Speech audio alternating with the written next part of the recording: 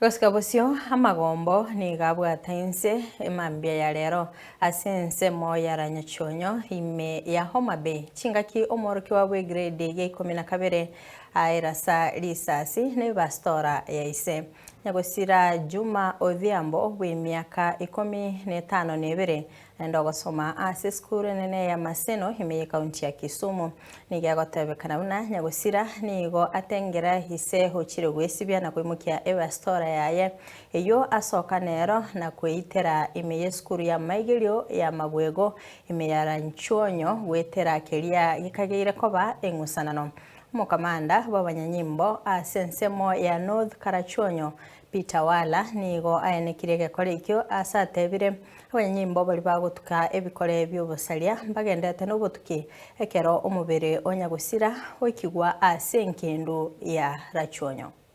The son had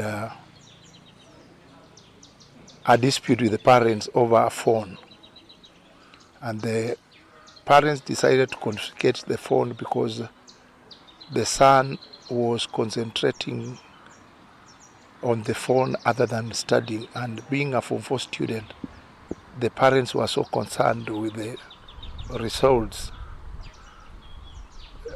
Performance he was not doing very well as before. So one of the parents decided to take the phone to allow the kid to concentrate with his education during this time of midterm. So I think the boy felt irritated and decided to revenge against the action of the parents, and he sneaked into his father's bedroom. Unfortunately, the father was not in, and the father had gone for a shower. He picked his phone and his official gun. The father had happened to come home maybe for the same situation when he had his son was not doing well in school. The boy felt that maybe the parents were against him, and that's why he decided to revenge by taking that action, unfortunate action that actually took his life. So nobody expected that action to have happened.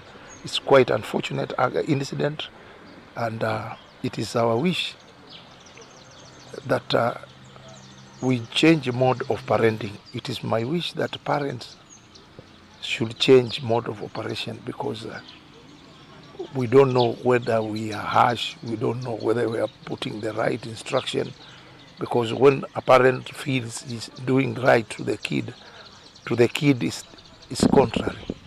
So that is quite unfortunate.